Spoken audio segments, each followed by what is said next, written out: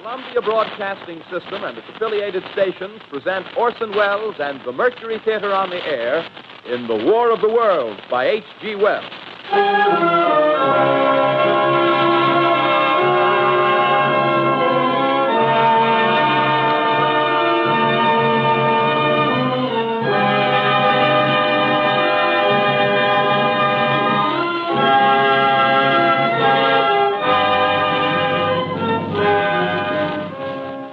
Ladies and gentlemen, the director of the Mercury Theater and star of these broadcasts, Orson Welles.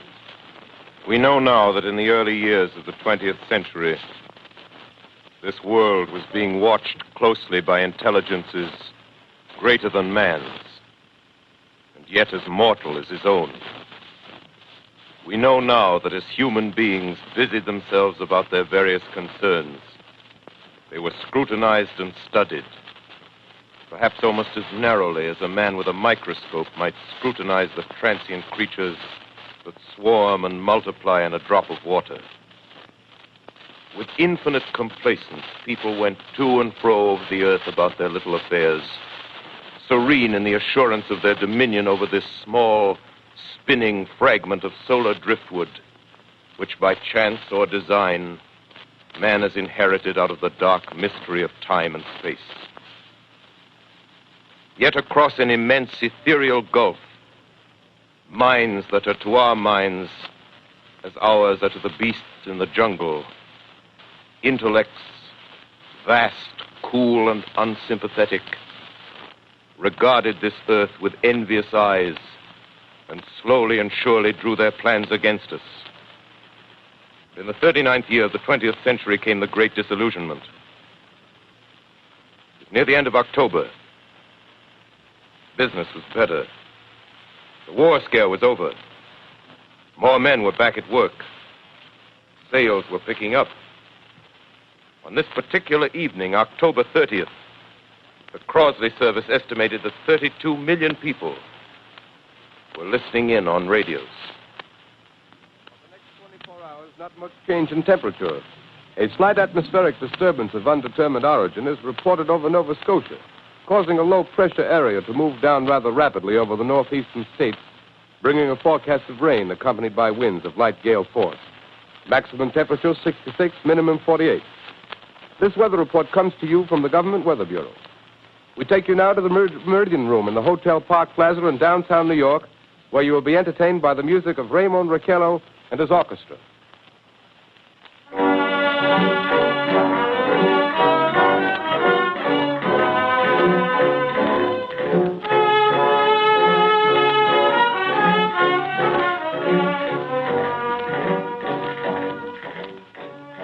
Good evening, ladies and gentlemen. From the Meridian Room in the Park Plaza Hotel in New York City, we bring you the music of Raymond Raquello and his orchestra. With a touch of the Spanish, Raymond Raquello leads off with La Comparsita.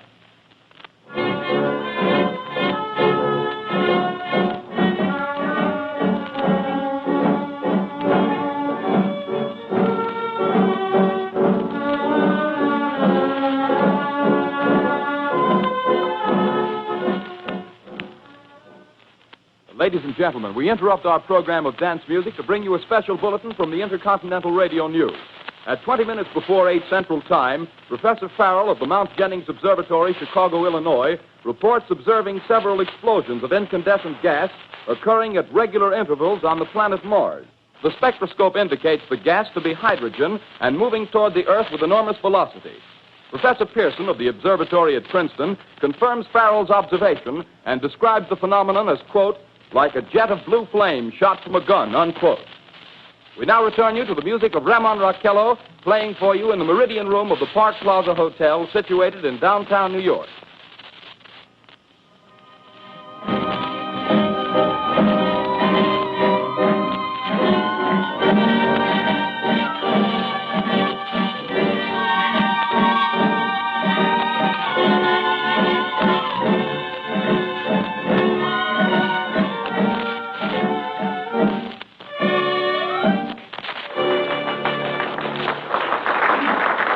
And now a tune that never loses favor, the ever-popular Stardust, Raymond Raquello and his orchestra.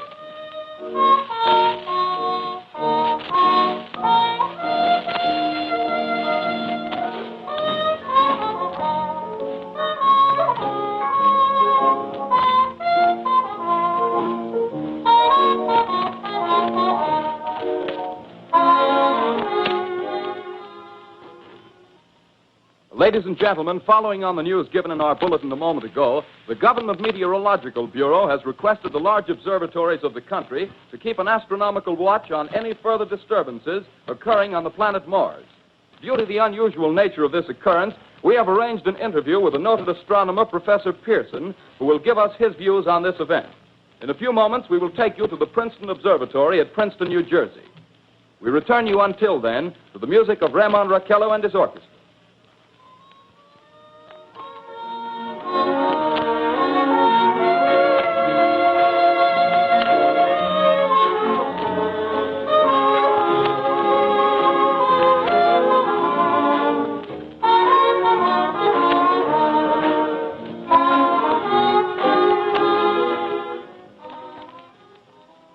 We are ready now to take you to the Princeton Observatory at Princeton, where Carl Phillips, our commentator, will interview Professor Richard Pearson, famous astronomer. We take you now to Princeton, New Jersey. Good evening, ladies and gentlemen. This is Carl Phillips speaking to you from the observatory at Princeton. I'm standing in a large semicircular room, pitch black except for an oblong split in the ceiling. Through this opening, I can see a sprinkling of stars that cast a kind of frosty glow over the intricate mechanism of the huge telescope. The ticking sound you hear is the vibration of the clockwork. Professor Pearson stands directly above me on a small platform, peering through the giant lens. I'll ask you to be patient, ladies and gentlemen, during any delay that may arise during our interview. Besides the ceaseless watch of the heavens, Professor Pearson may be interrupted by telephone or other communications. During this period, he is in constant touch with the astronomical centers of the world. Professor, may I begin our questions? At any time, Mr. Phillips. Professor, would you please tell our radio audience exactly what you see as you observe the planet Mars through your telescope? Nothing unusual at the moment, Mr. Phillips. A red disk swimming in a blue sea. Transverse stripes across the disk. Quite distinct now because Mars happens to be at the point nearest the Earth, in opposition, as we call it. In your opinion, what do these transverse stripes signify, Professor Pearson? Not canals, I can assure you, Mr. Phillips. Although that's the popular conjecture of those who imagine Mars to be inhabited. From a scientific viewpoint, the stripes are merely the result of atmospheric conditions peculiar to the planet. Then you're quite convinced, as a scientist, that living intelligence as we know it does not exist on Mars? I say the chances against it are 1,000 to 1. And yet, how do you account for these gas eruptions occurring on the surface of the planet at regular intervals? Phillips, I cannot account for it. By the way, Professor, for the benefit of our listeners, how far is Mars from the Earth? Approximately 40 million miles. Well, that seems a safe enough distance. Just a moment, ladies and gentlemen. Someone has just handed Professor Pearson a message. While he reads it, let me remind you that we are speaking to you from the observatory in Princeton, New Jersey, where we are interviewing the world-famous astronomer, Professor Pearson. One moment, please. Professor Pearson has passed me a message which he has just received. Professor, may I read the message to the listening audience? Certainly, Mr. Phillips. Ladies and gentlemen, I shall read you a wire addressed to Professor Pearson from Dr. Gray of the Natural History Museum, New York. Quote, 9:15 p.m. Eastern Standard Time. Seismograph registered shock of almost earthquake intensity occurring within a radius of 20 miles of Princeton. Please investigate. Signed, Lloyd Gray, Chief of Astronomical Division. Unquote. Professor Pearson, could this occurrence possibly have something to do with the disturbances observed on the planet Mars? Hardly, Mr. Phillips. This is probably a meteorite of unusual size, and its arrival at this particular time is merely a coincidence. However, we shall conduct a search as soon as daylight permits. Thank you, Professor. Ladies and gentlemen, for the past 10 minutes, we've been speaking to you from the observatory at Princeton, bringing you a special interview with Professor Pearson, noted astronomer. This is Carl Phillips speaking. We are returning you now to our New York studio.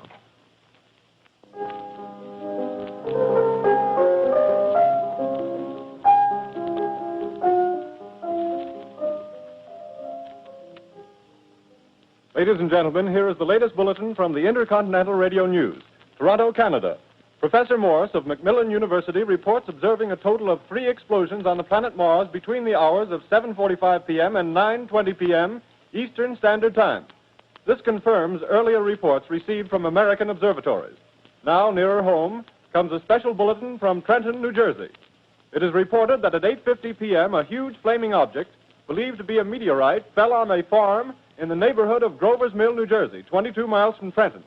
The flash in the sky was visible within a radius of several hundred miles, and the noise of the impact was heard as far north as Elizabeth.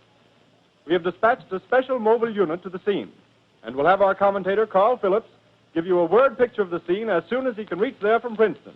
In the meantime, we take you to the Hotel Martinet in Brooklyn, where Bobby Millett and his orchestra are offering a program of dance music.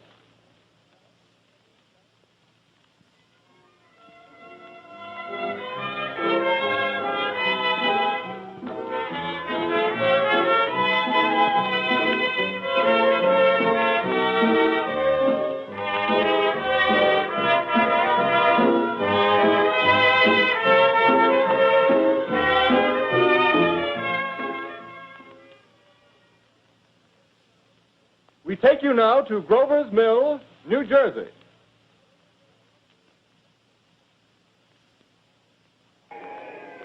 Ladies and gentlemen, this is Carl Phillips again, out at the Wilmot Farm, Grover's Mill, New Jersey. Professor Pearson and myself made the 11 miles from Princeton in 10 minutes. Well, I hardly know where to begin. To paint for you a word picture of the strange scene before my eyes, like something out of a modern Arabian Nights. Well, I just got here. I haven't had a chance to look around yet. I guess that's it. Yes, I guess that's the thing directly in front of me, half buried in a vast pit. Must have struck with terrific force. The ground is covered with splinters of a tree. It must have struck on its way down. But I can see the object itself doesn't look very much like a meteor, at least not the meteors I've seen. It looks more like a huge cylinder. Has a diameter of, what would you say, Professor Pearson? What's that? What would you say, what's the diameter of this? About 30 yards. About 30 yards. The metal on the sheath is, well, I've never seen anything like it. The color is sort of yellowish white. Its curious spectators now are pressing close to the object in spite of the efforts of the police to keep them back. Getting in front of my line of vision. Would you mind standing one side, please, while the police are pushing the crowd back? Here's Mr. Wilmot, owner of the farm here. He may have some interesting facts to add. Mr. Wilmot, would you please tell the radio audience as much as you remember of this rather unusual visitor that dropped in your backyard? Step closer, please. Ladies and gentlemen, this is Mr. Wilmot. Well, I was listening to the radio. Closer and louder, please. Pardon me? Louder, please, closer. Yes. I was listening to the radio and kind of drowsing. That professor fellow was talking about Mars, so I was half chosen and half... Yes, Mr. Wilmot, and then what happened? Well, as I was saying, I was listening to the radio, kind of halfway. Yes, Mr. Wilmot, and then you saw something. Well, not first off. I heard something. And what did you hear? A hissing sound like this. Kind of like a 4th of July rocket. Yes, then what? I turned my head out the window and would have sworn I was asleep and dreaming. Yes? I seen a kind of greenish streak and then zingo. Something smacked the ground, knocked me clear out of my chair. Well, were you frightened, Mr. Wilmot? Well, I ain't quite sure. I reckon I was kind of riled. Well, thank you, Mr. Wilmot. Thank you very much. Yeah, you want me to tell No, that's some quite more? all right. That's plenty. Ladies and gentlemen, you've just heard Mr. Wilmot, owner of the farm where this thing has fallen. I wish I could convey the atmosphere, the background of this fantastic scene. Hundreds of cars are parked in a field in back of us, and the police are trying to rope off the roadway leading into the farm, but it's no use. They're breaking right through. The car's headlights throw an enormous spotlight on the pit where the object's half buried. Now, some of the more daring souls now are venturing near the edge. Their silhouettes stand out against the metal sheen. One man wants to touch the thing. He's having an argument with the policeman. Now, the policeman wins. Now, ladies and gentlemen, there's something I haven't mentioned in all this excitement, but it's becoming more distinct. Perhaps you've caught it already on your radio. Listen, please. Do you hear it? It's a curious humming sound that seems to come from inside the object. I'll move the microphone nearer. Here. Now, we're not more than 25 feet away. Can you hear it now? Professor Pearson. Yes, Mr. Phillips. Can you tell us the meaning of that scraping noise inside the thing? Possibly the unequal cooling of its surface. I say, do you still think it's a meteor, Professor? I don't know what to think. The metal casing is definitely extraterrestrial. Not found on this Earth. Friction with the Earth's atmosphere usually tears holes in a meteorite. This thing is smooth, and you can see its cylindrical Just a minute. shape. Something's happening. Ladies and gentlemen, this is terrific. end of the thing is beginning to flake off. The top is beginning to rotate like a screw, and the thing must be hollow. He's moving. Keep back there. Keep back there. Keep those men back. Keep back there. Keep those idiots back. Take off. The top's loose. Look out, Dad. Stand back. Ladies and gentlemen, this is the most terrifying thing I've ever witnessed. Wait a minute. Someone's calling someone or something. I can see turning out of that black hole two luminous discs. The eyes, it might be a face, might be almost... But heavens, something wriggling out of the shadow like a gray snake. Now it's another one, and another one, and another one. They look like tentacles to me. Oh, yeah, I can see the thing's body. Now it's large as a bear. It glistens like wet leather, but that face, ladies and gentlemen, it's indescribable. I can hardly force myself to keep looking at it. It's so awful. The eyes are black, and they gleam like a serpent. The mouth is kind of V-shaped with saliva dripping from its rimless lips. It seems to quiver and pulsate, and the monster, or whatever it is, can hardly move. It seems weighed down by possibly gravity or something. The thing's rising up now, and the crowd falls back. They've seen plenty. The most extraordinary experience, ladies and gentlemen. I can't find words. Well, I'll pull this microphone with me as I talk. I'll have to stop the description until I can take a new position. Hold on, will you, please? I'll be right back in a minute.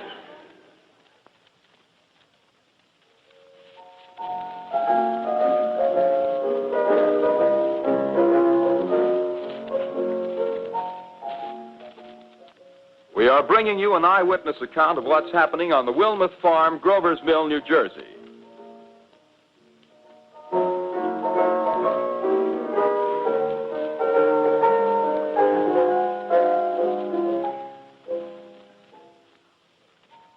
We now return you to Carl Phillips at Grover's Mill.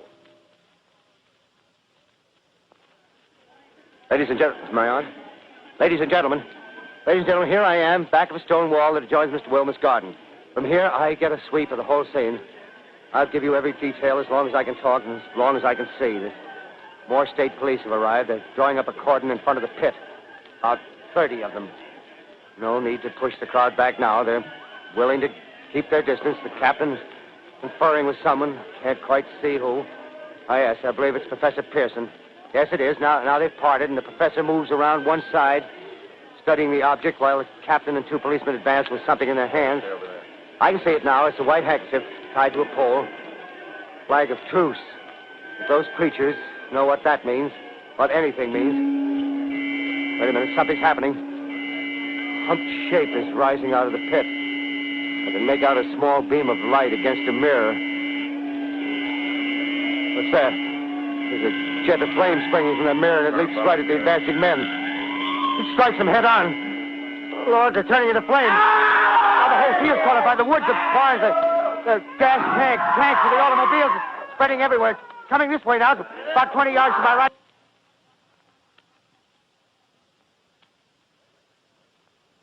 Ladies and gentlemen, due to circumstances beyond our control, we are unable to continue the broadcast from Grover's Mill. Evidently, there's some difficulty with our field transmission. However, we will return to that point at the earliest opportunity. In the meantime, we have a late bulletin from San Diego, California.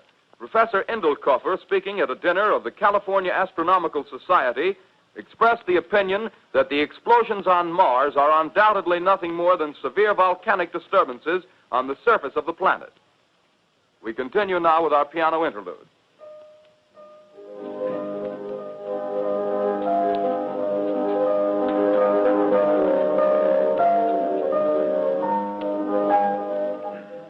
Ladies and gentlemen, I've just been handed a message that came in from Grover's Mill by telephone. Just one moment, please. At least 40 people, including 6 state troopers, lie dead in a field east of the village of Grover's Mill. Their bodies burned and distorted beyond all possible recognition. The next voice you hear will be that of Brigadier General Montgomery Smith, commander of the state militia at Trenton, New Jersey. I have been requested by the governor of New Jersey to place the counties of Mercer and Middlesex as far west as Princeton and east to Jamesburg under martial law. No one will be permitted to enter this area except by special pass issued by state or military authorities. 4 companies of state militia are proceeding from Trenton to Grover's Mill and will aid in the evacuation of homes within the range of military operations. Thank you. You have just been listening to General Montgomery Smith, commanding the state militia at Trenton. In the meantime, further details of the catastrophe at Grover's Mill are coming in. The strange creatures, after unleashing their deadly assault, crawled back in their pit and made no attempt to prevent the efforts of the firemen to recover the bodies and extinguish the fire. The combined fire departments of Mercer County are fighting the flames which menace the entire countryside. We have been unable to establish any contact with our mobile unit at Grover's Mill, but we hope to be able to return you there at the earliest possible moment. In the meantime, we take you to... Just one moment, please. Ladies and gentlemen, I have just been informed that we have finally established communication with an eyewitness of the tragedy. Professor Pearson has been located at a farmhouse near Grover's Mill, where he has established an emergency observation post. As a scientist, he will give you his explanation of the calamity. The next voice you hear will be that of Professor Pearson, brought to you by direct wire. Professor Pearson. Of the creatures in the rocket cylinder at Grover's Mill, I can give you no authoritative information, either as to their nature, their origin, or their purposes here on Earth. Of their destructive instrument, I might venture some conjectural explanation.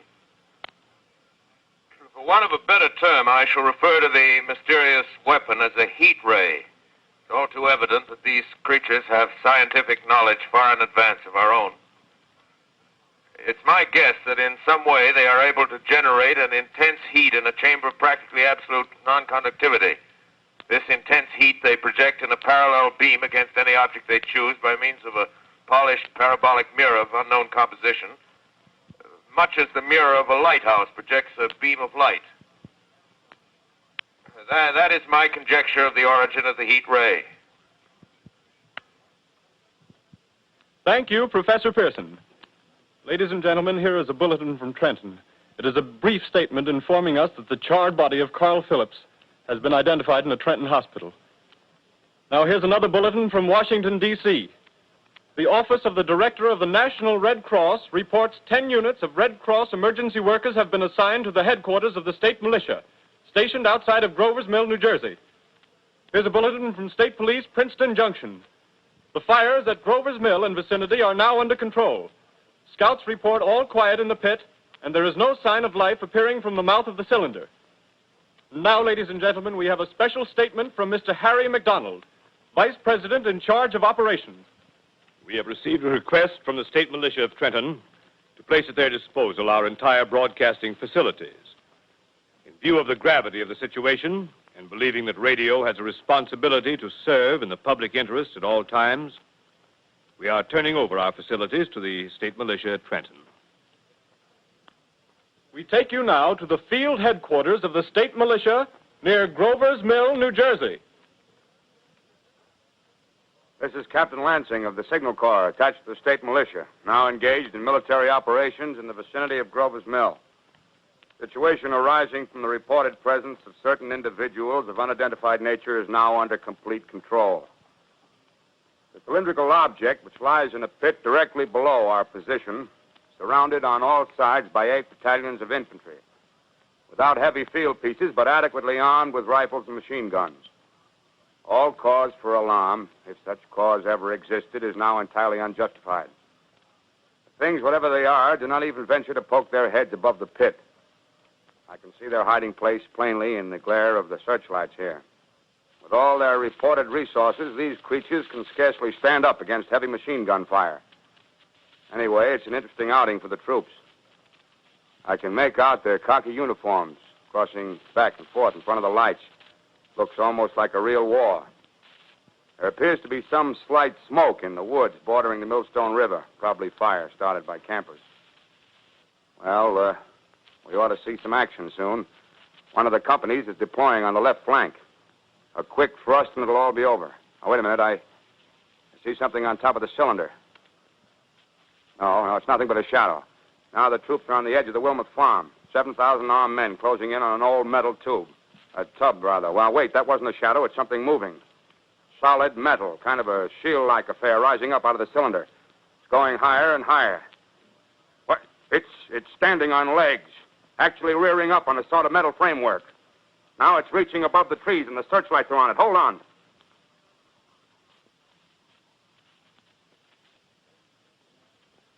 Ladies and gentlemen, I have a grave announcement to make.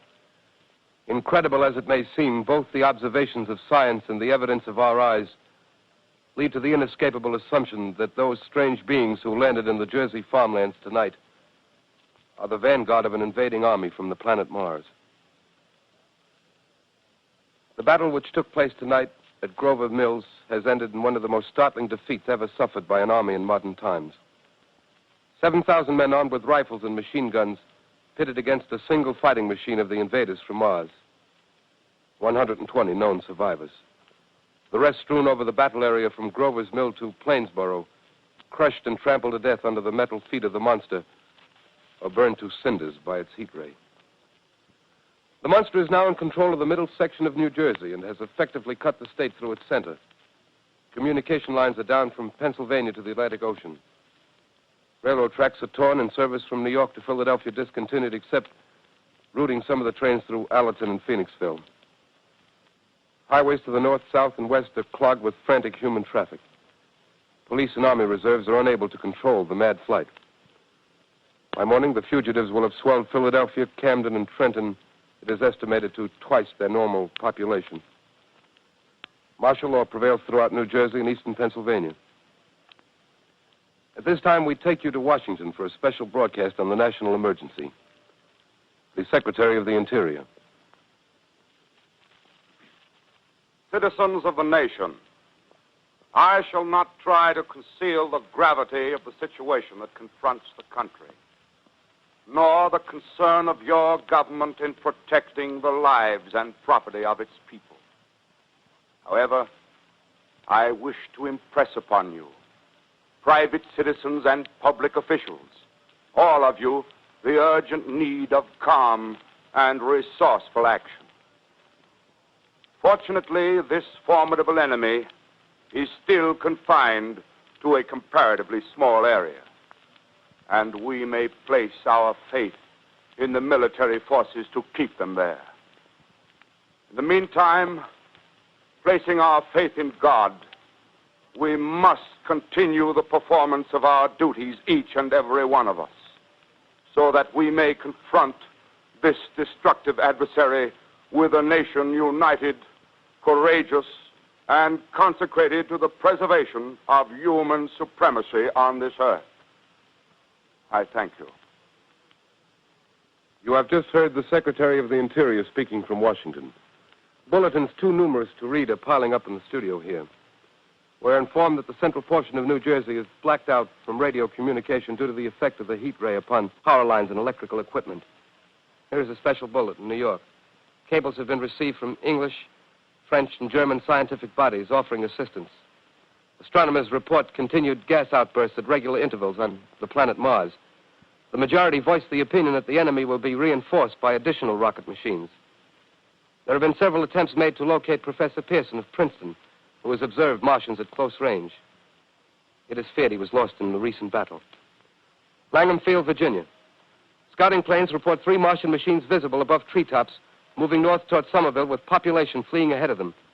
The heat ray is not in use, although advancing at express train speed, invaders pick their way carefully. They seem to be making a conscious effort to avoid destruction of cities and countryside. However, they stop to uproot power lines, bridges, and railroad tracks. Their apparent objective is to crush resistance, paralyze communication, and disorganize human society. Here is a bulletin from Basking Ridge, New Jersey. Coon hunters have stumbled on a second cylinder similar to the first, embedded in the great swamp 20 miles south of Morristown. Army field pieces are proceeding before the cylinder can be opened and the fighting machine rigged. They are taking up a position in the foothills of Watchung Mountains. Another bulletin from Langham Field, Virginia. Scouting planes report enemy machines, now 3 in number, increasing speed northward, kicking over houses and trees in their evident haste to form a conjunction with their allies south of Morristown. Machines also sighted by telephone operator east of Middlesex, within 10 miles of Plainfield. Here's a bulletin from Winston-Field, Long Island. A fleet of Army bombers carrying heavy explosive flying north in pursuit of enemy. Scouting planes act as guides. They keep the speeding enemy in sight. Just a moment, please, ladies and gentlemen. We've run special wires to the artillery line in adjacent villages to give you direct reports in the zone of the advancing enemy. First, we take you to the battery of the 22nd Field Artillery, located in the Watchung Mountains. Range 32 meters. 32 meters. Projection 39 degrees. 39 degrees. Fire. 140 yards to the right, sir. Shift range 31 meters. 31 meters. Projection 37 degrees. 37 degrees. Fire.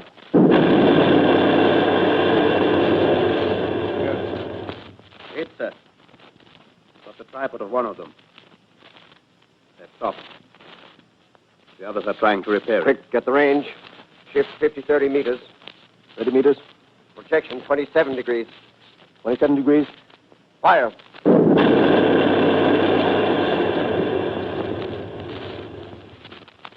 Can't see the shell land, sir. Letting off a smoke. What is it? Black smoke, sir. Moving this way. Lying close to the ground. Moving fast. Put on gas masks. Get ready to fire. Shift to 24 meters. 24 meters. Projection 24 degrees. 24 degrees. Fire.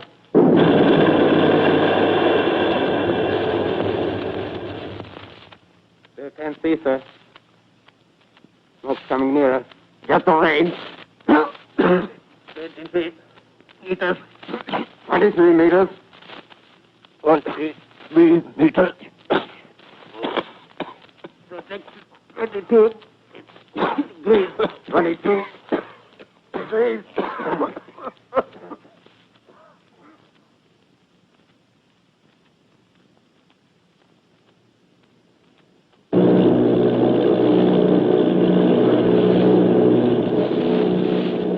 Army bombing plane B-843 off Bayonne, New Jersey. Lieutenant Vogt, commanding 8 bombers, reporting to Commander Fairfax, Langham Field.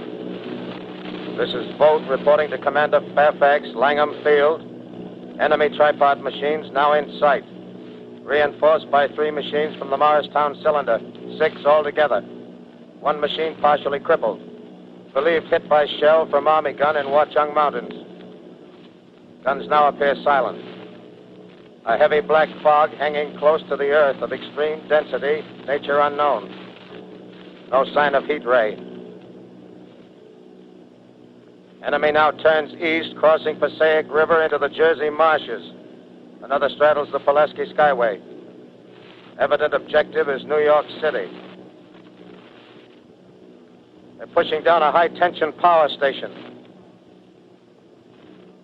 The machines are close together now, and we're ready to attack.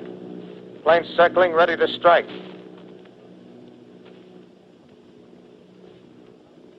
A 1,000 yards, and we'll be over the first.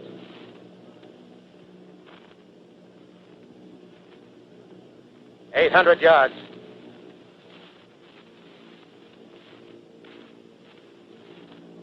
$600.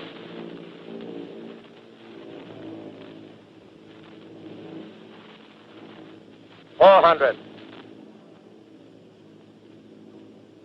$200. There they go.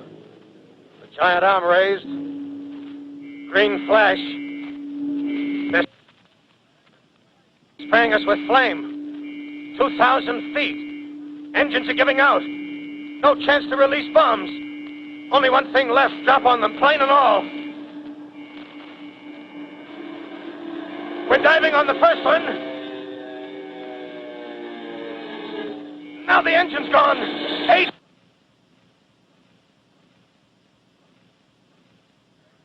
This is Bayonne, New Jersey, calling Langham Field.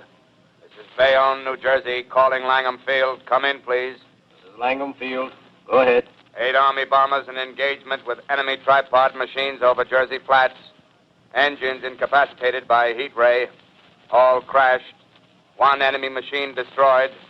Enemy now discharging heavy black smoke in direction of... This is Newark, Newark, New Jersey. This is Newark, New Jersey. Warning. Poisonous black smoke pouring in from Jersey marshes. Reaches South Street. Gas masks useless. Urge population to move into open spaces. Automobiles use routes 7, 23, 24. Avoid congested areas. Smoke now spreading over Raymond Boulevard.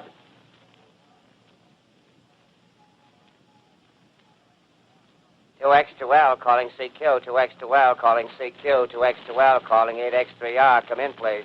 This is 8X3R coming back at 2X2L. How's reception?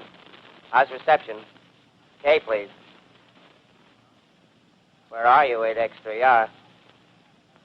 What's the matter? Where are you?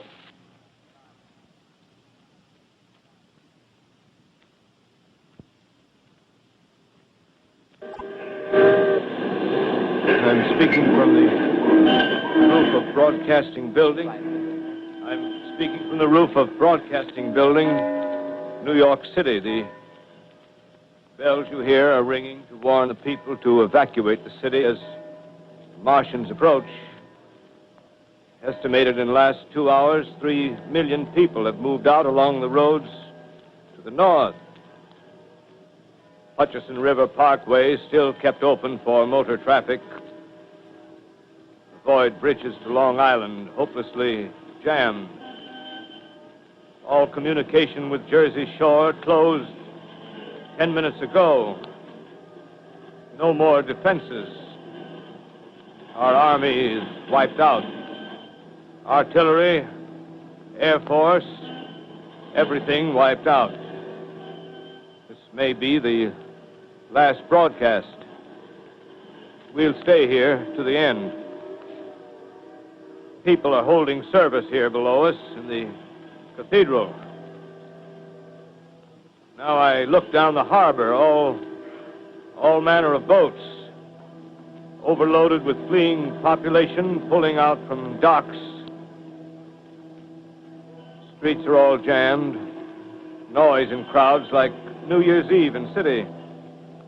Wait a minute, the enemy is now in sight above the Palisades. Five great machines. First one is crossing the river. I can see it from here, wading the Hudson like a man wading through a brook. A bulletin is handed me. Martian cylinders are falling all over the country. One outside of Buffalo, one in Chicago, St. Louis. Seem to be timed and spaced. Now the first machine reaches the shore. He stands watching, looking over the city. The steel cowlish head is even with the skyscrapers. He waits for the others. They rise like a line of new towers on the city's west side. Now they're lifting their metal hands. This is the end now. Smoke comes out, black smoke drifting over the city. People in the streets see it now. They're running toward the East River, thousands of them, dropping in like rats. Now the smoke's spreading faster. It's reached Times Square. People are trying to run away from it, but it's no use. They're falling like flies. Now the smoke's crossing 6th Avenue, 5th Avenue. 100 yards away. It's 50 feet.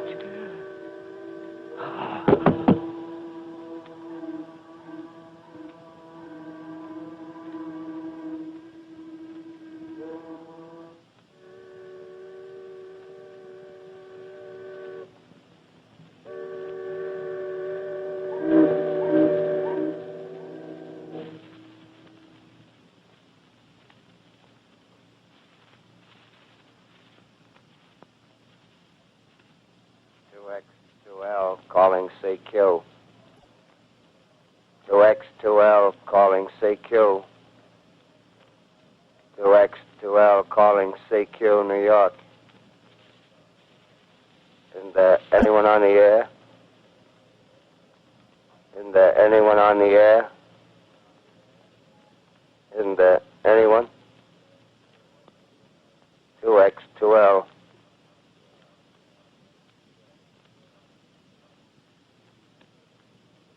You are listening to a CBS presentation of Orson Welles and the Mercury Theater on the Air in an original dramatization of The War of the Worlds by H.G. Wells.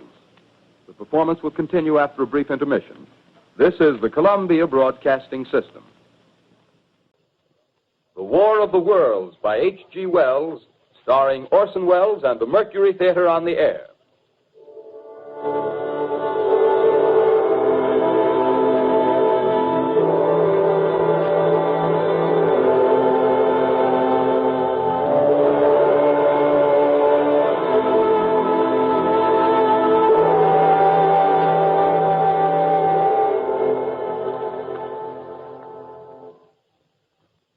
I set down these notes on paper. I'm obsessed by the thought that I may be the last living man on Earth. I've been hiding in this empty house near Grover's Mill, a small island of daylight cut off by the black smoke from the rest of the world. All that happened before the arrival of these monstrous creatures in the world now seems part of another life. A life that has no continuity with the present. Furtive existence of the lonely derelict who pencils these words on the back of some astronomical notes bearing the signature of Richard Pearson. I look down at my blackened hand and I try to connect them with a professor who lives at Princeton and who, on the night of October 20th, glimpsed through his telescope an orange splash of light on a distant planet. My wife, my colleagues, my students, my books, my observatory, my world. Where are they? Did they ever exist? Am I Richard Pearson? What day is it? Do days exist without calendars? Does time pass when there are no human hands left to wind the clocks? Writing down my daily life, I tell myself I shall preserve human history between the dark covers of this little book that was meant to record the movements of the stars. But to write, I must live, and to live, I must eat. Find moldy bread in the kitchen and an orange not too spoiled to swallow. Keep watch at the window. Time to time, I catch sight of a Martian above the black smoke. The smoke still holds the house in its black coil, but at length there's a hissing sound, and suddenly I see a Martian mounted on his machine, spraying the air with a jet of steam as if to dissipate the smoke. I watch in a corner as his huge metal legs nearly brush against the house. Exhausted by terror, I fall asleep. Morning. Sun streams in the window. The black cloud of gas is lifted, and the scorched meadows to the north look as though a black snowstorm had passed over them. I venture from the house. I make my way to a road, no traffic. Here and there, a wrecked car, baggage overturned, a blackened skeleton. Push on north. For some reason, I feel safer trailing these monsters than running away from them. And I keep a careful watch. I've seen the Martians feed. Should one of their machines appear over the top of trees, I'm ready to fling myself flat on the earth. Come to a chestnut tree. October. Chestnuts are ripe. Fill my pockets. I must keep alive. 2 days I wander in a vague northerly direction through a desolate world. Finally, I notice a living creature. A small red squirrel in a beech tree. I stare at him and wonder. He stares back at me. I believe at that moment the animal and I shared the same emotion. The joy of finding another living being. Push on north. I Find dead cows in a brackish field, and beyond the charred ruins of a dairy and a silo, remain standing guard over the wasteland like a lighthouse, deserted by the sea. Astride the silo perches a weathercock. The arrow points north. North. Next day, I come to a city. City vaguely familiar in its contours, yet its buildings strangely dwarfed and leveled off as if a giant had sliced off its highest towers with a capricious sweep of his hand. Reached the outskirts, I found Newark. Newark, undemolished but humbled by some whim of the advancing Martians. Presently, with an odd feeling of being watched, I caught sight of something crouching in a doorway. I made a step towards it, and it rose up and became a man. A man armed with a large knife.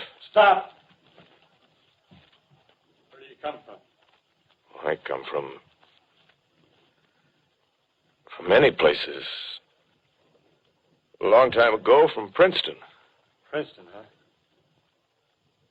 That's near Grover's Mill. Yes. Grover's Mill. There's no food here. This is my country. All this end of town down the river. There's only food for one. Which way are you going? I don't know. I guess I'm looking for people. Hey, what was that? Did you hear something just then? No. Only a bird. A live bird. Yeah. You get to know that birds have shadows these days.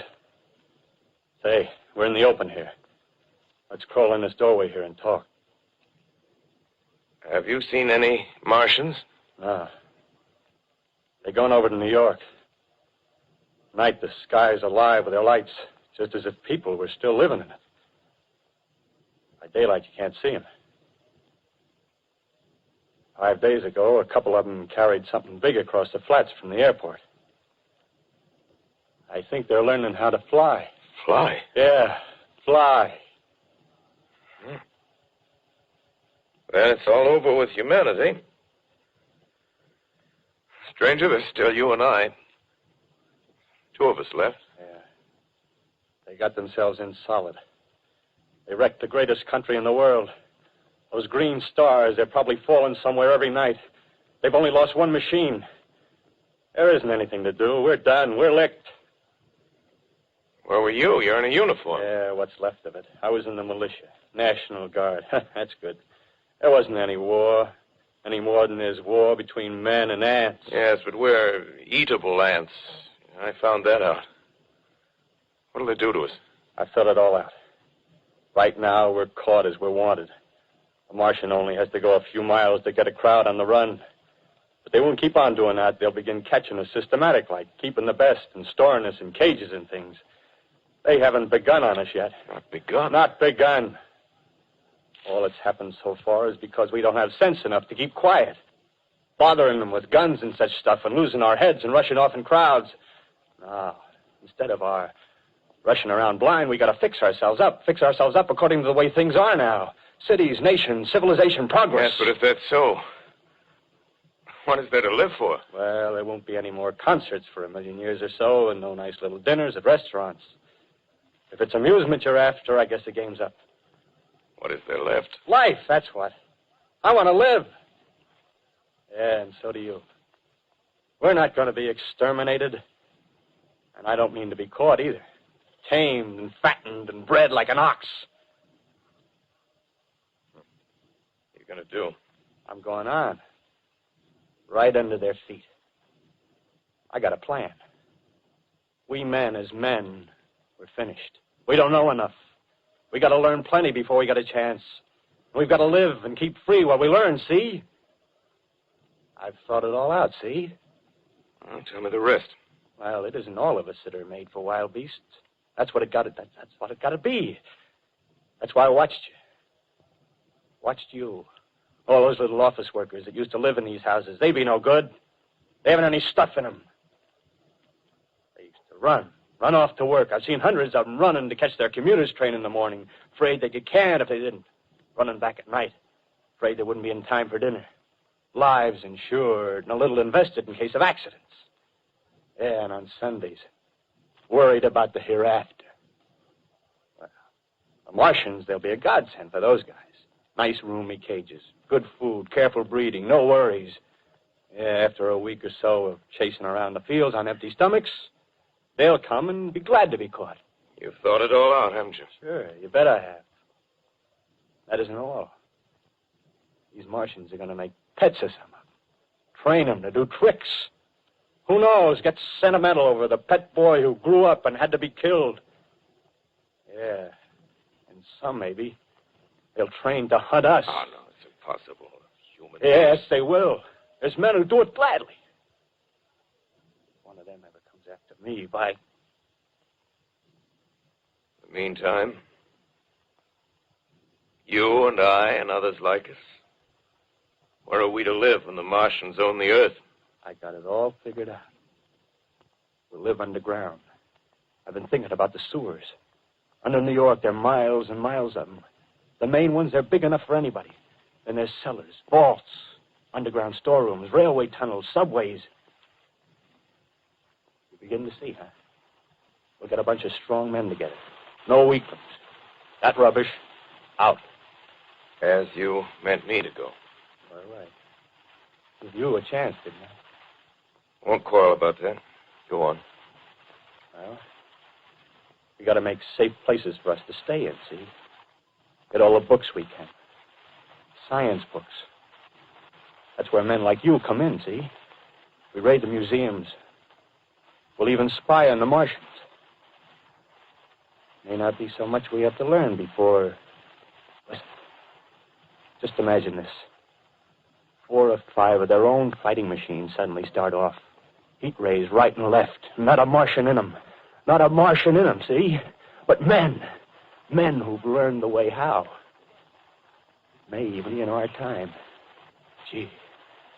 Imagine having one of them lovely things with a heat ray wide and free. We'd turn it on Martians. We'd turn it on men. We'd bring everybody down on their knees. That's your plan. You, me, a few more of us. We'd own the world. I see. Hey. Hey, what's the matter? Where are you going? Not to your world. Bye, stranger. Well, after parting with the artilleryman, I came at last to the Holland Tunnel, entered that silent tube, anxious to know the fate of the great city on the other side of the Hudson. Cautiously, I came out of the tunnel and made my way up Canal Street. Reached 14th Street, and there again were black powder and several bodies and an evil, ominous smell from the gratings of the cellars of some of the houses. I wandered up through the 30s and 40s, stood alone on Times Square, caught sight of a lean dog running down 7th Avenue with a piece of dark brown meat in his jaws and a pack of starving mongrels at his heels. Made a wide circle around me as though he feared I might prove a fresh competitor. Walked up Broadway in the direction of that strange powder, past silent shop windows, displaying their mute wares to empty sidewalks. Past the Capitol Theater, silent, dark. Past a shooting gallery where a row of empty guns faced an arrested line of wooden ducks. Near Columbus Circle, I noticed models of 1939 motor cars in the showrooms facing empty streets. Over the top of the General Motors building, I watched a flock of black birds circling in the sky. Hurried on. Suddenly, I caught sight of the hood of a Martian machine, standing somewhere in Central Park, gleaming in the late afternoon sun. An insane idea. I rushed recklessly across Columbus Circle and into the park. I climbed a small hill above the pond at 60th Street, and from there I could see standing in a silent row along the mall 19 of those great metal titans, their cowls empty, their steel arms hanging listlessly by their sides. I looked in vain for the monsters that inhabit those machines. Suddenly, my eyes were attracted to the immense flock of black birds that hovered directly below me. They circled to the ground. And there before my eyes, stark and silent, lay the Martians with the hungry birds pecking and tearing brown shreds of flesh from their dead bodies. Later, when their bodies were examined in laboratories, it was found that they were killed by the putrefactive and disease bacteria against which their systems were unprepared. Slain, after all, man's defenses had failed by the humblest thing that God, His wisdom, has put upon this earth. Before the cylinder fell, there was a general persuasion that through all the deep of space, no life existed beyond the petty surface of our minute sphere. Now we see further. Dim and wonderful is the vision I've conjured up in my mind of life spreading slowly from this little seedbed of the solar system throughout the inanimate vastnesses of sidereal space. But it's a remote dream. Maybe that the destruction of the Martians is only a reprieve to them and not to us. Is the future ordained, perhaps? Strange it now seems to sit in my peaceful study at Princeton, writing down this last chapter of the record, begun at a deserted farm in Grover's Mill. Strange to watch children playing in the streets. Strange to see young people strolling on the green where the new spring grass heals the last black scars of a bruised earth. Strange to watch the sightseers enter the museum where the dissembled parts of a Martian machine are kept on public view. Strange when I recall the time when I first saw it. Bright and clean-cut, hard and silent under the dawn of that last great day.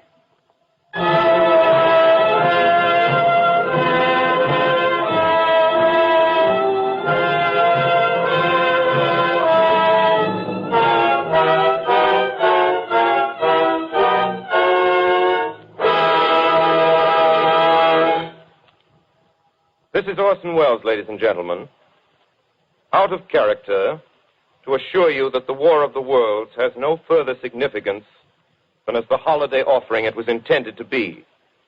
The Mercury Theater's own radio version of dressing up in a sheet and jumping out of a bush and saying boo.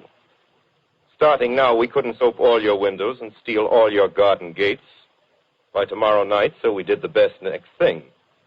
We annihilated the world before your very ears and utterly destroyed the CBS.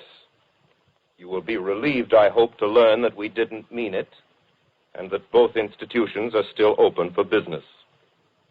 So goodbye, everybody, and remember, please, for the next day or so, the terrible lesson you learned tonight. That grinning, glowing, globular invader of your living room is an inhabitant of the pumpkin patch, and if your doorbell rings and nobody's there, that was no Martian. It's Halloween.